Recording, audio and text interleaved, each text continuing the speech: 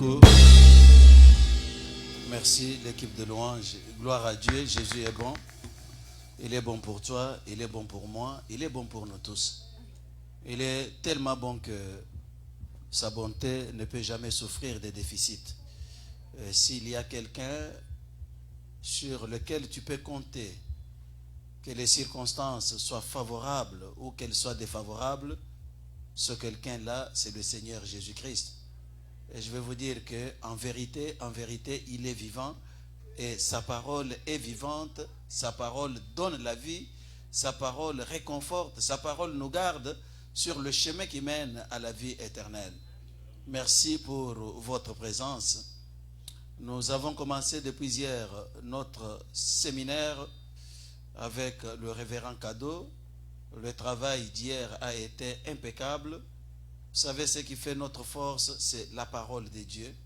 Et la parole a été bien enseignée. Elle nous a édifiés et nous poursuivons aujourd'hui. Et parallèlement à l'enseignement, nous sommes en jeûne et prière. Merci pour tous ceux qui se sont connectés et pour tous ceux qui ont observé ces moments. Nous avons beaucoup prié et nous continuons à prier. Nous prions pour vous, nous prions pour toute l'Église, nous prions pour tous les cas, parce que nous avons confiance en notre Dieu, comme celui qui donne la réponse aux questions de ses enfants, et comme celui qui possibilise l'impossible. Et j'insiste sur ça, il rend possible ce qui est impossible. Nous l'avons vu depuis le temps d'Abraham, et nous le voyons encore aujourd'hui, parce que quand il est apparu à Moïse sur le flanc du mont Horeb, il lui a dit, va dire aux enfants d'Israël, je suis. Je suis qui? Je suis tout. Tu peux ajouter. Tu peux ajouter ce qui vient. Tu es grand, oui, il est grand. Tu es bon, oui, il est bon. Tu es la guérison, oui, il est la guérison. Tu es la vie, oui, il est la vie. Il est tout. C'est pourquoi quand il parle, il dit, je suis, point un trait, et laisse à chacun de nous la possibilité d'ajouter quelque chose en fonction de ce qu'il est en train de vivre. Alors, nous allons passer à la parole. Nous allons encore, sous vos acclamations, accueillir l'homme de Dieu, le révérend Cadeau Kabasele, qui est un instrument béni pour nous aujourd'hui. Merci beaucoup. Merci, merci, merci, merci.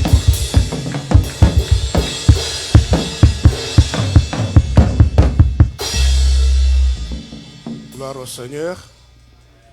Est-ce que nous pouvons acclamer convenablement le Seigneur?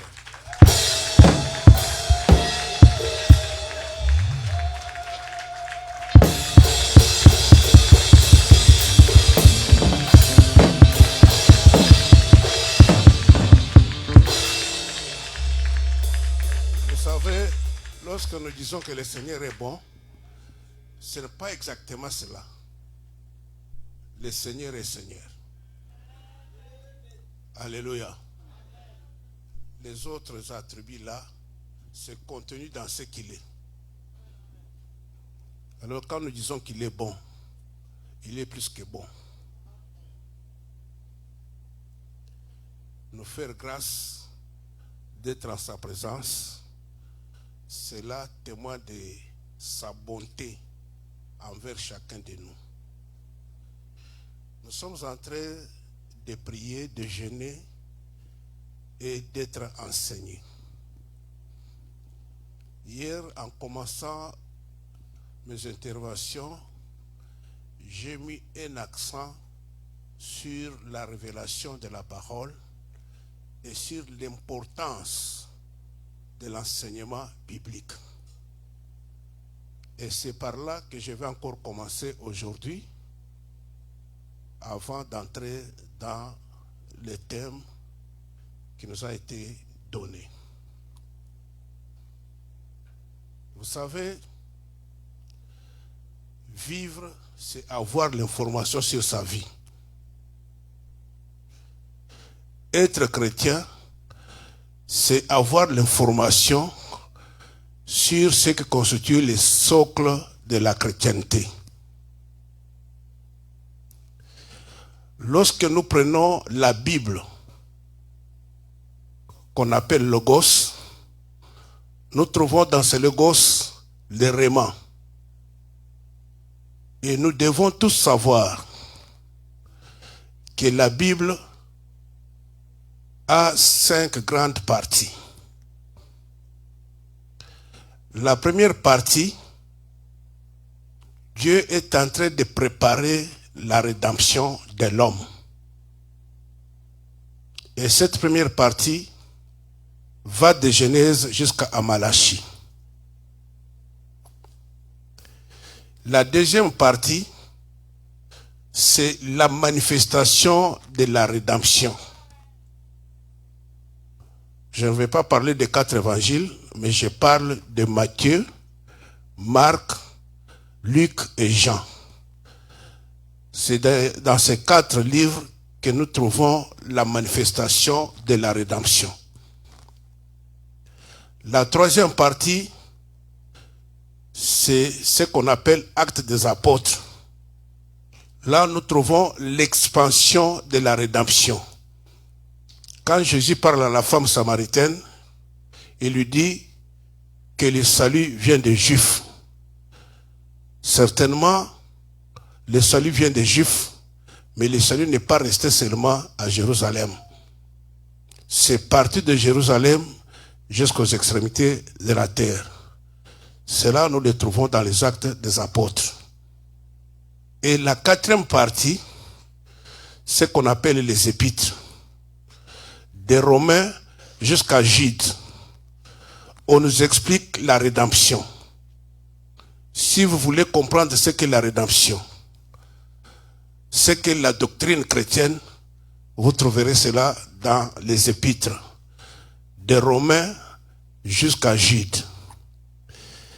Et la dernière partie, c'est ce qu'on appelle Apocalypse, c'est-à-dire la fin de toutes choses. Qu'adviendra-t-il après? L'apôtre Paul, lorsqu'il écrit aux Corinthiens, il dit, si c'est dans cette vie seulement que nous croyons en Christ, nous sommes les plus malheureux de tous. Alors, si les choses sont comme telles, nous devons savoir qu'est-ce qui arrivera à la fin. Si vous lisez dans Jean chapitre 14, versets 1 à 3, Jésus dit que votre cœur ne se trouble point. Je m'en vais vous préparer une place et après je viendrai vous prendre. À la fin de toutes choses, il y aura 2 événements capitaux que chaque chrétien devra désirer. Le premier événement est appelé l'avènement du Christ, c'est-à-dire l'apparition de Christ dans sa gloire. Nous devons nous attendre à cet avènement-là. Le deuxième événement est appelé l'enlèvement, c'est-à-dire l'Église sera enlevée. L'Église où l'épouse ira à la rencontre du Seigneur dans les nuées. L'Église va défier la loi de la pesanteur et sera enlevée vers le Seigneur. Même si nous vivons sur cette terre, mais nous devons désirer ces 2 événements. Ces 2 événements plutôt. C'est pour cela que Christ a donné son sang à la croix. Pourquoi je dis cela? Parce que nous sommes en train de participer à des enseignements, à des prières, mais nous ne savons pas ce qui nous attend après. Ne faites rien dans la vie sans objectif. Et cherchez à avoir l'information sur le christianisme et ses avantages avant de pouvoir vous engager. Il y avait un monsieur qui nettoyait dans les avions. Un jour, pendant qu'il nettoyait l'avion, il a vu un livre sur lequel on a écrit comment mettre le moteur de l'avion en marche. Il était curieux, il a ouvert comment mettre le moteur en marche. On a écrit appuyez sur le bouton rouge. Il a appuyé sur le bouton rouge. Le moteur a commencé à tourner. Après, il regarde encore, on a écrit comment mettre l'avion en mouvement. Bouton bleu. Il a appuyé sur le bouton bleu. L'avion a commencé à faire le taxi. Il regarde encore comment faire voler l'avion. Il regarde. Oh, quoi? Il faut mettre le bouton vert. Il a appuyé le bouton vert. L'avion a volé. L'avion a volé. Il était satisfait. Mais pour quelle finalité? Maintenant que l'avion sillonnait, il était là satisfait. À un certain moment, il s'est dit, maintenant je dois atterrir. Il tourne la page. Il les regarde, on dit, comment atterrir un avion? Il a dit, ok. Il tourne pour voir comment ou appuyer pour atterrir l'avion. On lui dit, pour atterrir l'avion, il faut acheter maintenant le volume 2 dans la librairie la plus proche de chez vous.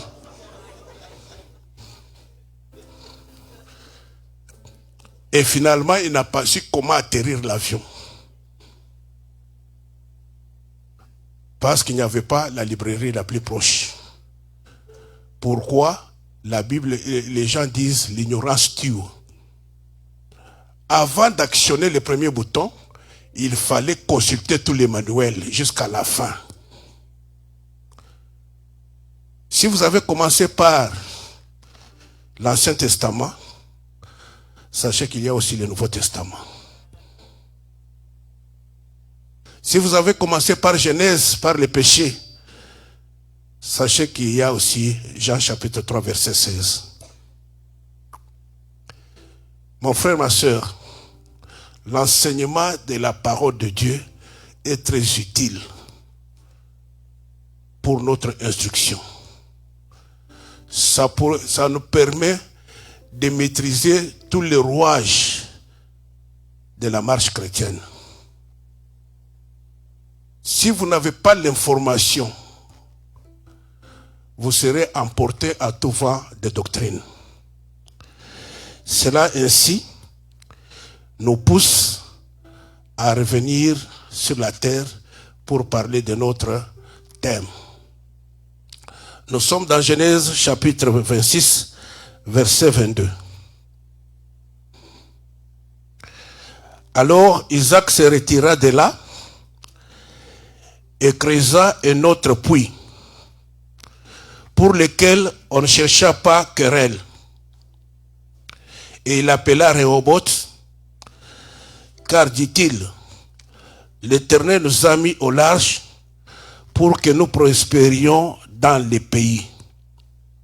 Dans d'autres versions, il est écrit, et nous prospérerons dans les pays. C'est un dessin que j'ai utilisé pour que nous prospérions dans les pays. Dans ce texte, j'ai commencé par parler d'Isaac. Isaac est entré dans le royaume de Dieu comme enfant de Dieu lors de sa rencontre avec le Seigneur lui-même. L'enseignement biblique, c'est pour les enfants de Dieu et pour ceux qui veulent les devenir. Le premier point d'hier, nous avons dit l'appartenance à Dieu, être enfant de Dieu. Isaac l'était.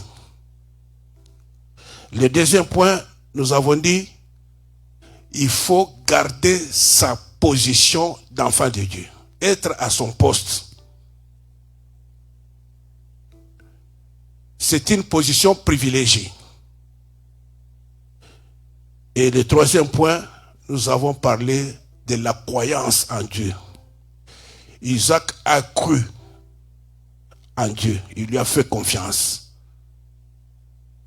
et il a obéi. C'est l'obéissance qui ouvre les portes à toutes sortes de bénédictions dont nous avons besoin. Aujourd'hui, je prends une portion dans les mêmes versets. L'Éternel nous a mis au large. Avant de nous faire prospérer, l'Éternel nous a mis au large. Ce n'est pas le 4e point. Hier, j'ai parlé de 3 points. Aujourd'hui, je parlerai de 2 points. Donc, le premier point d'aujourd'hui, ou le point d'aujourd'hui, c'est d'abord l'Éternel nous a mis au large. Et dans cela, nous verrons 2 points. Le Seigneur nous a mis au large, c'est-à-dire 1. L'Éternel lui-même nous a délivrés de la main de nos ennemis. Lorsqu'Isaac dit que l'Éternel nous a mis au large, il venait d'une situation confuse. Lorsqu'il a commencé à s'enrichir, les Philistins se sont élevés contre lui. Ils lui ont porté l'envie, ils l'ont jalousé. Lorsqu'il creusait les puits, il venait avec du sable combler les puits là. Comme pour dire, je donne la prospérité et je crée l'adversité. C'est très important et il faut bien souligner cela. C'est Dieu qui parle. Il dit, je donne la prospérité et je crée l'adversité. Lorsque nous prions pour devenir prospères, il faut être aussi bien armé pour faire face à l'adversité. À cause de ce que tu deviens ou à cause de ce que tu as, tu t'attires l'adversité. Mais dans toutes ces choses, nous sommes plus que vainqueurs. Très important. C'est pour cela nous sommes appelés à rester attachés au Seigneur. Pour faire face à l'adversité, il faut que nous soyons attachés à Christ. Il a dit, sans moi, vous ne pouvez rien. Et il ne faut pas commettre l'imprudence de combattre les démons sans être avec le Seigneur. C'est un risque. Vous venez pour la première fois à l'église, vous n'avez pas encore accepté Jésus-Christ, vous prenez l'audace de chasser les démons. Comme qui dirait, au nom de Jésus que Paul prêche. Non, il faut avoir ce Jésus-là, pas au nom de Jésus que Paul prêche. Tu peux venir là dans la chaleur spirituelle. Chassons les démons au nom de Jésus. Toute arme forgée contre moi sera sans effet. Ne te limite pas à ça. Il faut aller jusqu'en bas là-bas. Tel est l'héritage des serviteurs de l'Éternel. Mais si toi tu n'es pas encore arrivé à ce niveau-là, tu n'es pas encore enfant de Dieu, tu te limites tout simplement, toute arme forgée contre toi sera sans effet. Laisse-moi te dire que toute arme forgée contre toi aura des effets. Si pas ici à la porte, parce que les démons peuvent avoir peur de Jésus qu'on a invoqué ici. Parce que c'est un nom qui travaille d'une manière mystique. Ils vont t'attendre là-bas quand tu seras seul. Ils vont te dire, essaie encore, parle encore. Oui. Tu vois par exemple, quand vous allez, par exemple au service, vous laissez 2 enfants à la maison. Quand ils restent là-bas, ils se bagarrent. À votre arrivée, les tout petits viennent se mettre devant vous. Papa, Grégoire m'a battu. Grégoire se met derrière papa. Il lui fait comme ça. Parle, acquise. Mais quand il va partir, nous serons à 2. Si vous n'êtes pas chrétien, invoquez d'autres noms. N'invoquez pas le nom de Jésus-Christ sans maîtriser les rouages du christianisme. Les 7 fils de Séva peuvent vous donner l'information là-dessus. Alléluia. Alléluia. Ça passe ou bien ça entre? C'est comme ça que je parle là, pour que ça puisse entrer. Mais il arrive aussi des fois où j'écris, comme pasteur Donatien. Mais lui ne saura pas parler comme moi. Moi, je saurais parler comme lui. Mais ici, laissez-moi parler calmement pour que ça puisse entrer. Alléluia. Alléluia. Est-ce que quelqu'un peut acclamer le Seigneur? Alors, les Philistins portaient l'envie à Isaac. Pourquoi? À cause de la richesse. Ils l'ont vu progresser. Ils l'ont vu réussir. Ils ont commencé à le combattre. Quelqu'un peut te haïr comme ça, tout simplement parce que tu es au Canada. Tu lui as rien fait. Quand tu envoies un enfant, par exemple, étudier au Canada, il commence à crier. Seulement ses enfants au Canada, il verra. Si toi, tu n'as pas Christ, tu verras. Mais si tu as Christ, rien ne t'arrivera. Alors quand il dit, l'Éternel nous a mis au large, il nous a dégagés de cette adversité-là. Écoutez, il dit à Jérémie, avant même que tu ne sois conçu, moi je t'avais choisi. Et je t'avais établi prophète des nations. Il ne s'arrête pas là. Il dit, ils te feront la guerre. Mais jamais ils ne te vaincront. Car moi l'Éternel, je suis avec toi pour te délivrer. Ça c'est très important. Lorsque tu es avec le Seigneur, sache que quand les ennemis viendront t'attaquer, ça ne sera pas ton affaire. Ça sera l'affaire de Dieu.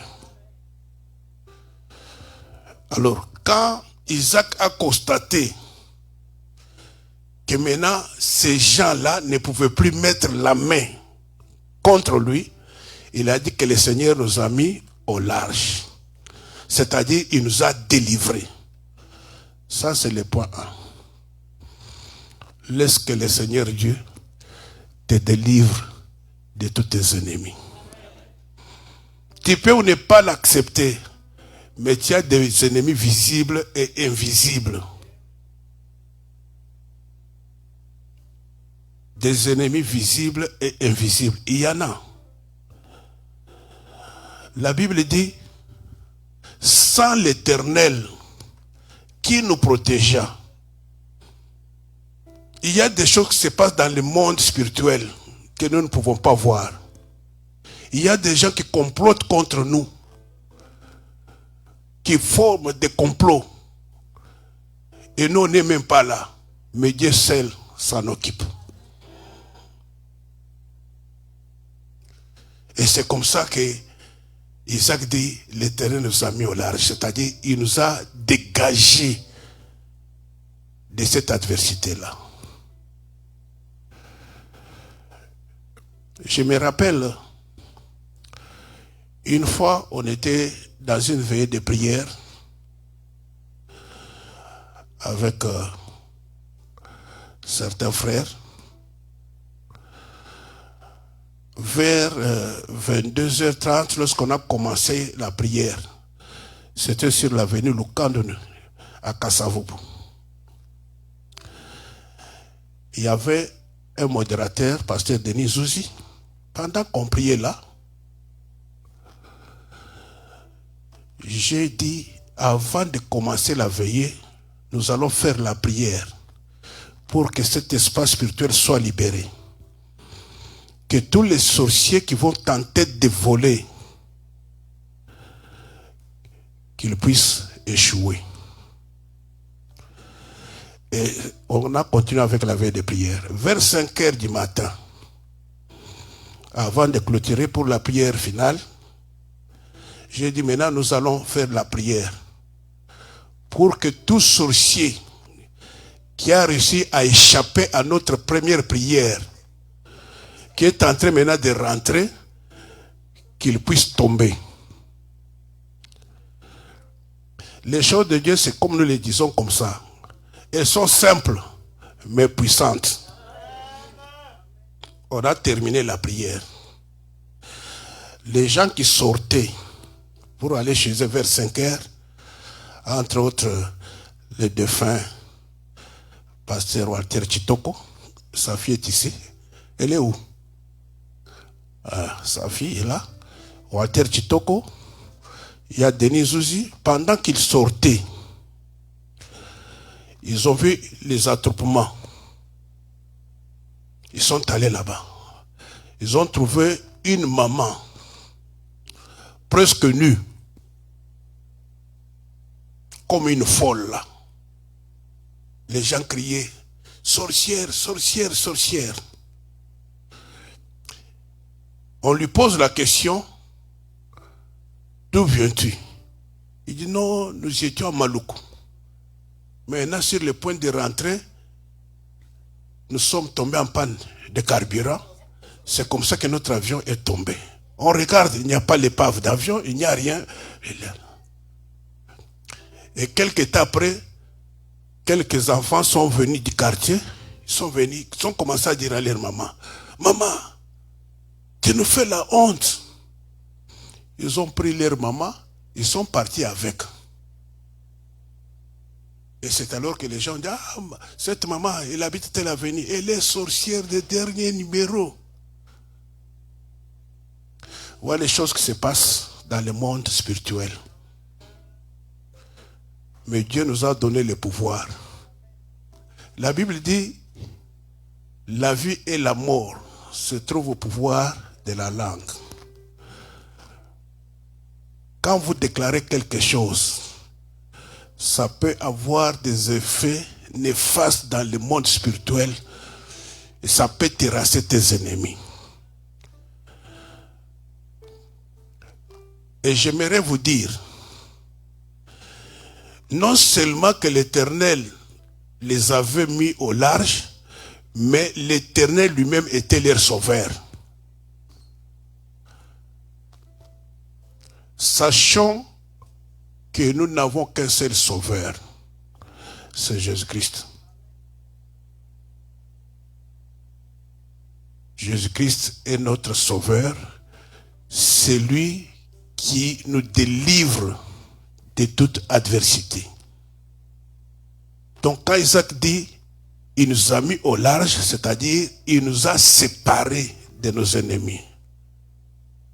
Il a bloqué nos ennemis. Il nous a délivrés de leurs griffes. Si tu veux bâtir, tu veux travailler, sois d'abord libre. Si tu es dans des querelles, tu es dans des disputes, tu ne sauras pas faire du travail. Tu ne sauras pas prospérer. Tu ne sauras pas avancer. La première des choses, deviens d'abord libre.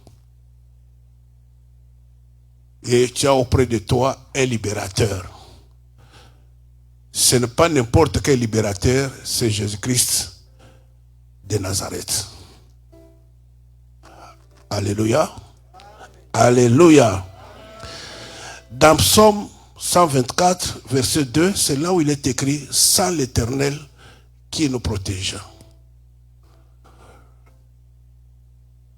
Il est le seul qui soit capable de te délivrer, de te mettre au large. Lorsqu'Isaac parle de mise au large, il parle aussi de nous tous qui avons cru en Jésus-Christ. Jésus-Christ nous a sauvés au moyen de son sang. Et de quoi est-ce qu'il nous a délivrés? Il nous a mis au large, c'est-à-dire il nous a délivrés de la puissance de Satan. C'est-à-dire il nous a sortis des ténèbres. Il nous a sortis du royaume du diable vers le royaume de Dieu. Si aujourd'hui nous sommes devenus enfants de Dieu avec le pouvoir d'invoquer Dieu comme notre Père, c'est parce que nous sommes d'abord délivrés du royaume du diable. Maintenant nous faisons partie du royaume de Dieu. Nous sommes devenus participants de ce royaume. C'est comme ça que nous pouvons l'invoquer disant Abba Père. Dieu devient notre source parce que nous sommes délivrés de la puissance du diable. Vous savez, quand l'homme est tombé en défaillance dans le jardin d'Éden, dans le cœur de l'homme, il y eut un triple sentiment. Le premier sentiment, c'était le sentiment de culpabilité. C'est comme ça que Adam et Ève se sont retirés de la gloire de Dieu. Là où Dieu les avait placés, c'était sous l'ombrage du Très-Haut. C'est là où il y avait la gloire. C'est là où leur zone d'influence. Ils devaient travailler et faire prospérer le monde. Mais lorsqu'ils se sont retirés à cause de la culpabilité, ils ont laissé la gloire de Dieu. Le deuxième sentiment, comment retrouver, comment avoir le pardon de ce Dieu que nous venons d'offenser. Et le troisième sentiment, comment voir encore les faveurs de Dieu. C'est par le moyen du sang de Jésus-Christ que nous sommes pardonnés, que notre conscience est purifiée. Et quand Dieu nous pardonne, il oublie. Dieu n'est pas comme un homme. L'homme peut te pardonner aujourd'hui. Même 5 ans après, tu lui fais autre chose qui n'a rien à faire avec ce que tu avais fait avant. Il te dit, ah, tu commences encore. Tu oublies à 1800. Toi, tu n'es pas né en 1800, mais il va te rappeler de quelque chose que tu aurais fait en 1800. C'est ça l'homme. Mais la Bible dit, quand Dieu pardonne, il jette nos péchés au fond de la mer. Il oublie. Il nous délivre du péché. Il nous met au large, c'est-à-dire il nous délivre aussi du péché. Un, il nous délivre de la puissance du diable. Deux, il nous délivre du péché, en nous accordant le pardon, un pardon parfait. Et trois, il nous délivre de la loi du péché. Le péché a des lois qui ont entraîné des conséquences dans notre vie. Mais quand Christ arrive, il nous délivre également de la loi du péché. C'est comme ça que la Bible dit qu'il a effacé l'acte dont les ordonnances nous condamnaient. C'est-à-dire il y avait des actes bien scellés, des ordonnances qui nous condamnaient. Tel a fait ceci, il mérite telle peine. Cette loi-là, Christ a déchirée. Que personne ne vienne te dire,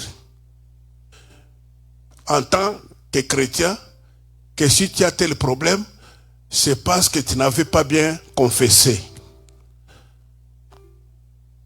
Ou bien c'est parce que tu avais fait cela. Si tu as confessé un péché, sois convaincu du pardon de Dieu. Alléluia. Alléluia. Quand Dieu pardonne, il efface même la culpabilité. Il y a beaucoup de gens qui ne prospèrent pas parce qu'en eux, ils continuent à avoir cette culpabilité-là. J'avais fait ceci, j'avais cela. La Bible dit, si nous confessons nos péchés, Dieu est juste et fidèle pour nous les pardonner. Et le sang de son Fils nous purifie de toute iniquité. Alléluia. Alléluia. L'homme regarde à nos défauts, mais Christ regarde à la grâce. Alléluia. Donc quand il dit qu'il nous a mis au large, c'est-à-dire il nous a délivrés. Même dans Luc chapitre 1, verset 71, la Bible dit que l'Éternel nous donne un sauveur qui nous délivre de la main de nos ennemis et de tous ceux qui nous haïssent. Dieu sait que pour que tu puisses prospérer, il faut d'abord que tu sois délivré. Et tu es délivré par le sacrifice de la croix. Alléluia. L'apôtre Pierre dit ceci. Nous sommes délivrés de la vaine manière de vivre héritée de nos parents par le sang de Jésus-Christ. Ce n'est pas par l'or, ce n'est pas par l'argent. Que personne ne te dise, donne autant d'argent pour que tu aies la délivrance. Non. La délivrance a été acquise à la croix. Les vaines manières de vivre que tu avais hérité de tes parents, quand tu étais encore païen là, tu vivais selon ces manières-là. Mais quand tu es devenu chrétien, tu es délivré de cette vaine manière. Et Paul dit aux Romains, chapitre 8, il n'y a plus de condamnation pour ceux qui sont en Christ. Donc nous sommes dégagés de ces vaines manières. Si nos parents ont eu des pactes avec le monde des ténèbres, avec ou sans notre accord, une fois que j'entre en Christ, cet acte-là est déchiré. Je suis dégagé. Alors, que dire des malheurs qui nous arrivent? Je dirais tout simplement que les malheurs atteignent souvent les justes, mais l'Éternel l'en délivre toujours. Ça n'a rien à faire avec la délivrance. La Bible dit clairement ceci. Les malheurs atteignent souvent, mais l'Éternel l'en délivre toujours. Ici j'ai souvent, ici j'ai toujours. Souvent, c'est d'une manière régulière. Et les prédicateurs d'aujourd'hui te diront que cette maladie qui vient souvent, donc c'est une maladie familiale. Il faut couper les liens de famille. Non.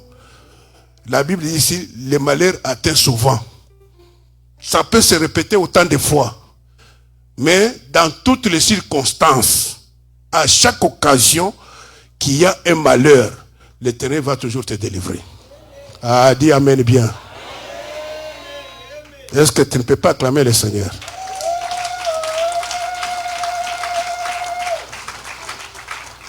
Les fils d'Asaph disent ceci dans la Bible, dans Psaume. Ils disent, l'Éternel est pour nous un appui. Un appui. Donc, quand je suis fatigué, je ne sais plus me tenir debout, je n'ai plus d'équilibre. Je vais m'appuyer sur l'Éternel. Alléluia.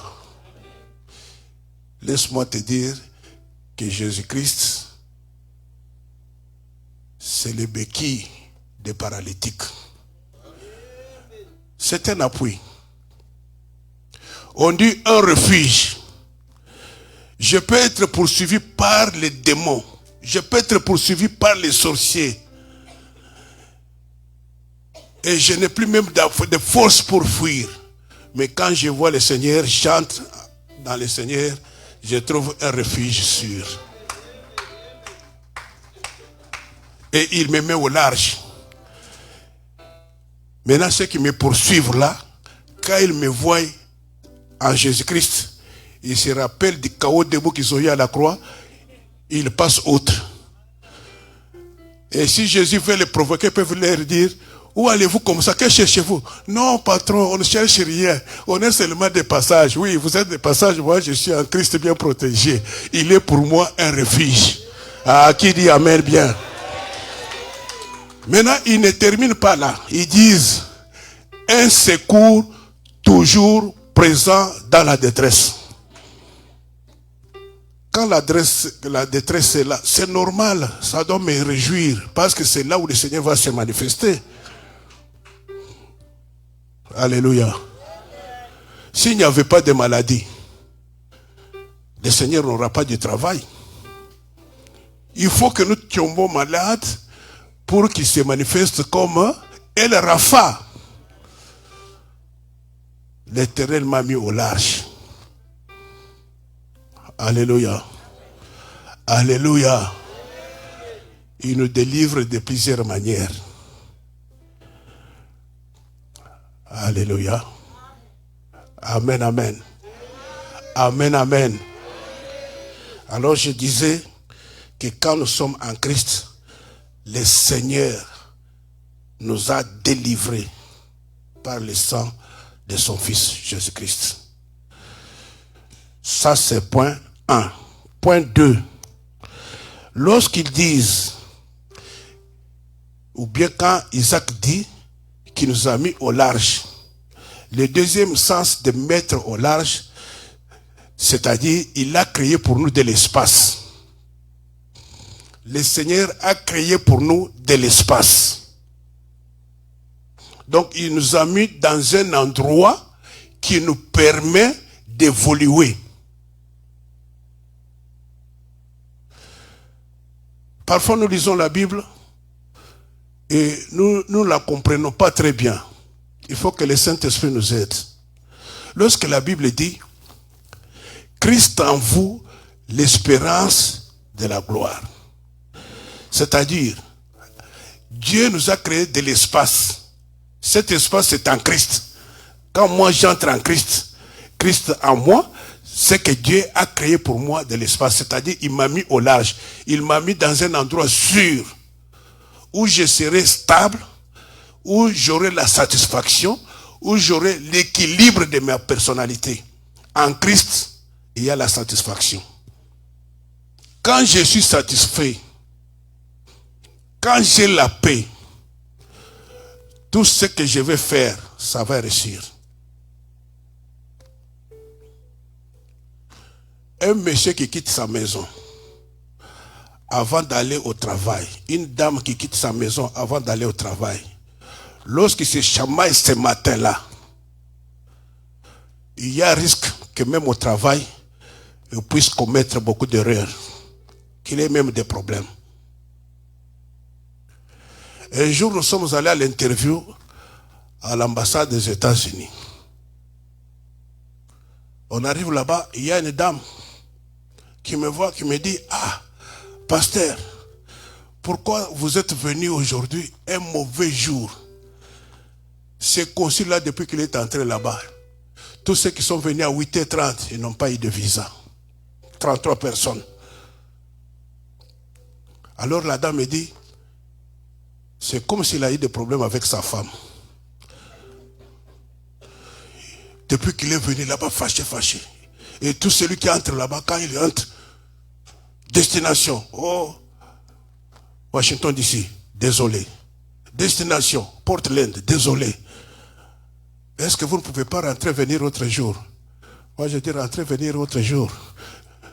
C'est ici la journée que l'Éternel a faite, que cette journée soit pleine de joie et d'allégresse. Moi, je vais entrer.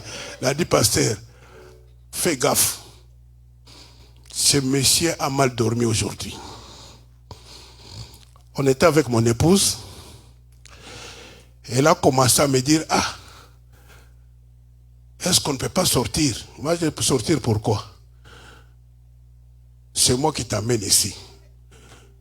Nous allons entrer. Nous entrons. Tout le monde qui passait avant nous, on posait toujours la question, destination. Désolé, destination, désolé. Nous, on entre à deux. Il commence par poser la question. Qu'est-ce que vous allez faire aux États-Unis? J'ai dit, je vais à une conférence publique. Qu'est-ce que vous faites dans la vie? Je suis pasteur. Puis il me pose la question, quel est le 6e commandement? Le 6e commandement, moi je l'ai appris à l'école primaire, à l'école catholique. Et on aimait répéter ça en Chiluba. Est-ce que je peux le dire d'abord en Chiluba? Alors l'enseignant qui nous donnait ça, quand il parlait, il faisait des gestes. Alors c'est comme ça que c'était resté dans la tête. Donc ne prends pas la femme d'autrui. Et quand je suis devenu chrétien, j'ai mémorisé les 10 commandements. Mais j'entre chez ce monsieur qui avait mal dormi avec sa femme, je ne sais pas comment, si la femme avait tourné la tête là-bas, lui les pieds là-bas, je ne sais pas. Il me pose cette question-là. C'est parti. Mais comme je connais comment ça fonctionne, parce qu'avec les Américains à l'interview, il faut toujours donner une réponse, même si elle est mauvaise. Sois prêt à la motiver. J'ai dit, tu aimeras ton Dieu de tout ton cœur. Il me dit, non monsieur, le 6e commandement de Moïse. Moi je lui dis, dans notre église, nous ne lisons pas l'Ancien Testament. Il a dit, ok, bon voyage. Et quand nous sommes sortis, mon épouse me pose la question, toi tu ne connais pas le 6e commandement? Moi je dis, mais en état d'être, tu devais répondre.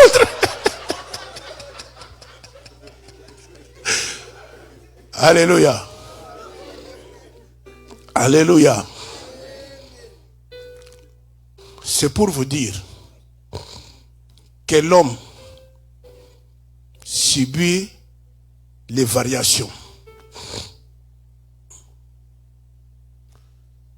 Même s'il subit des variations, même s'il est téléguidé par les humeurs, toi sois avec l'Éternel.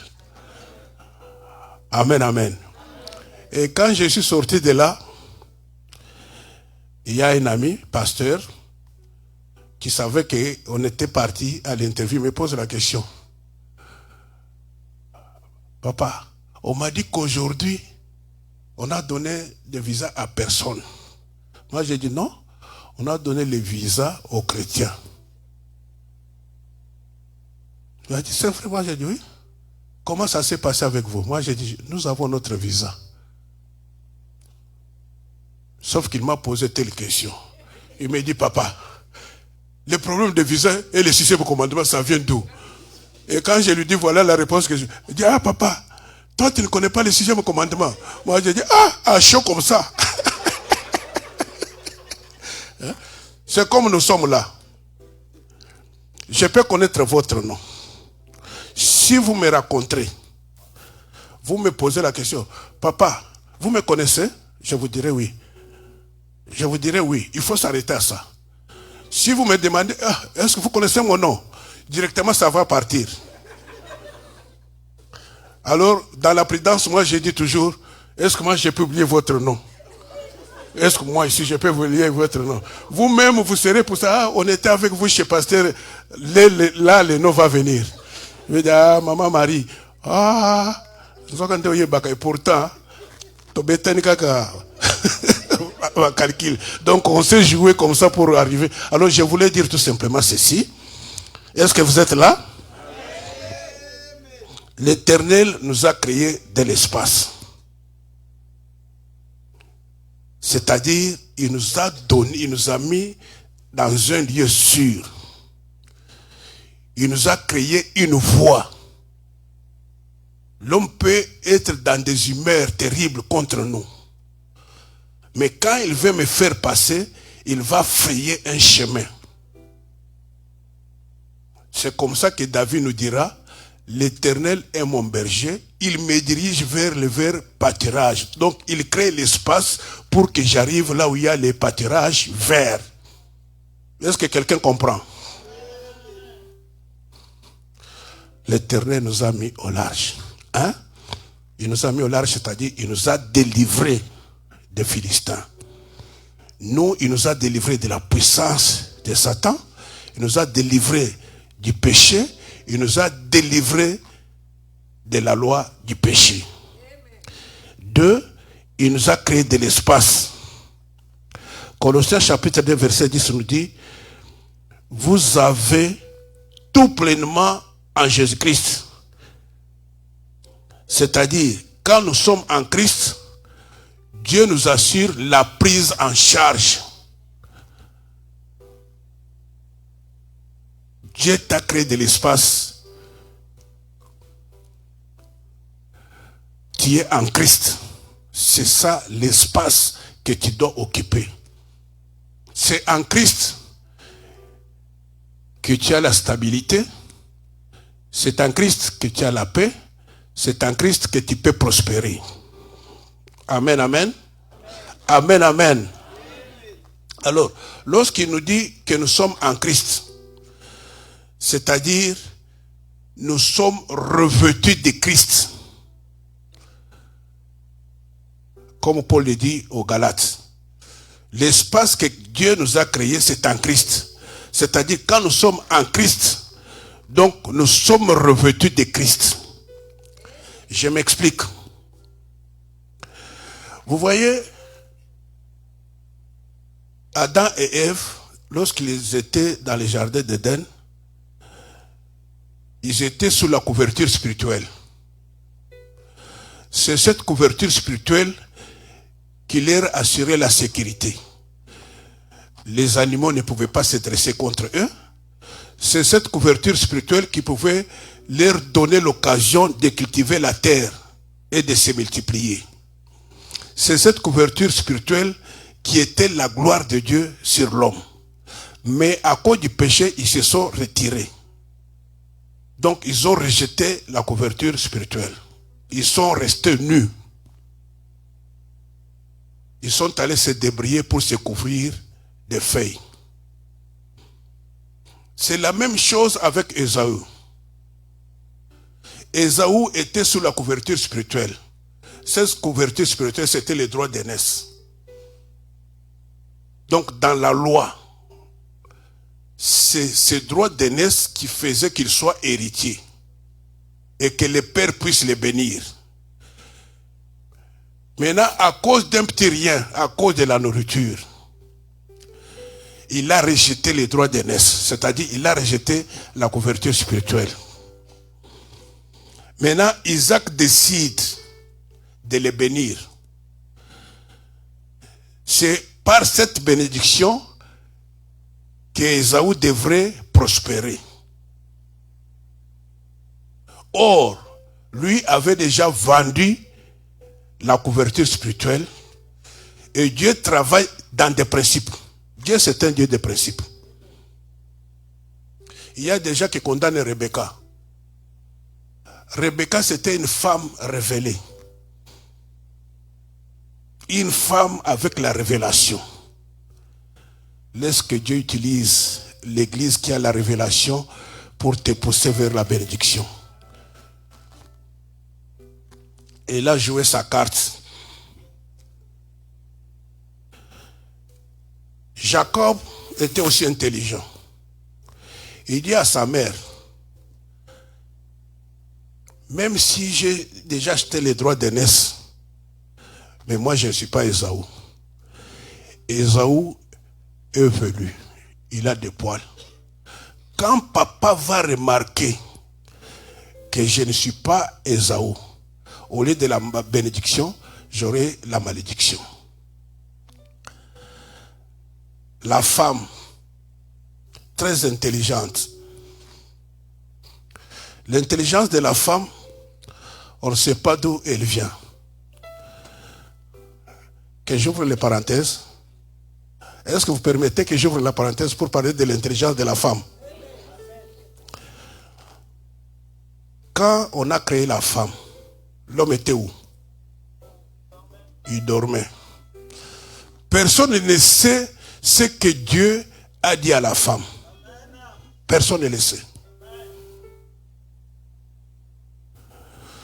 Je vous pose la question. Et papa, ouvrons les oreilles. Est-ce que vous avez déjà entendu une femme dire à son mari, si je meurs aujourd'hui, sache comment garder mes enfants? Si vous êtes là, levez les doigts. Ce sont toujours les hommes. Marguerite, si je meurs aujourd'hui, sache garder les enfants. C'est comme ça que beaucoup d'hommes meurent avant les femmes. Parce que ce sont eux qui confessent. Je ferme les parenthèses. Alors la femme a pris les vêtements d'Ésaü. Elle a fait porter à Jacob. Il a pris la peau de chevreau. Elle a couvert ses mains. Maintenant, il se présente devant son père.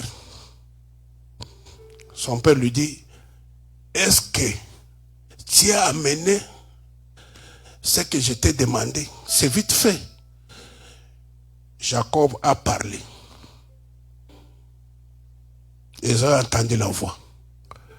Il lui dit, approche. Jacob approche. Il touche le cou, il touche les mains, il sent les poils. Les vêtements dégagent l'odeur du propriétaire, Ésaü. Il sent que c'est Ésaü. Mais il dit, mais la voix, c'est la voix de Jacob. Il y a beaucoup de chrétiens qui sont devenus d'Ésaü, mais avec la voix de Jacob. Faites un effort pour faire disparaître cette voix-là. Tu peux te retrouver en prison à cause de la voix de Jacob. Alors la Bible nous dit, il l'a béni. Pourquoi? Parce qu'il a senti que c'est Ésaü. Or, Jésus-Christ est le premier-né. Nous tous qui avons cru en lui, nous sommes revêtus de Christ. Quand Dieu nous regarde, il voit Christ. Est-ce que vous comprenez? Quand Dieu nous regarde, il voit Christ. Parce que nous sommes revêtus de Christ. Donc nous sommes dans un endroit sûr. Dieu a créé pour nous de l'espace pour entrer en Christ. Il a créé de l'espace pour Noé, pour entrer dans la pirogue.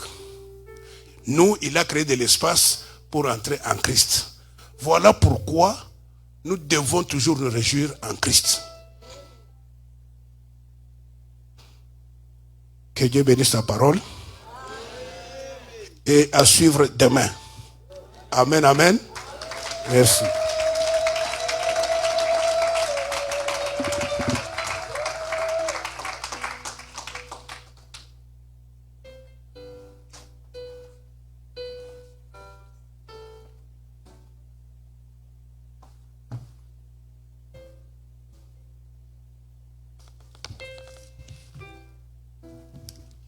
Bon, écoutez, c'est très clair et vous avez été vraiment attentifs et je ne peux même pas résumer parce que c'est tellement limpide, tellement clair. Mais je vais plutôt confesser quelque chose avant de vous laisser aller. Hein, Pasteur Kado? Moi, je vais confesser quelque chose.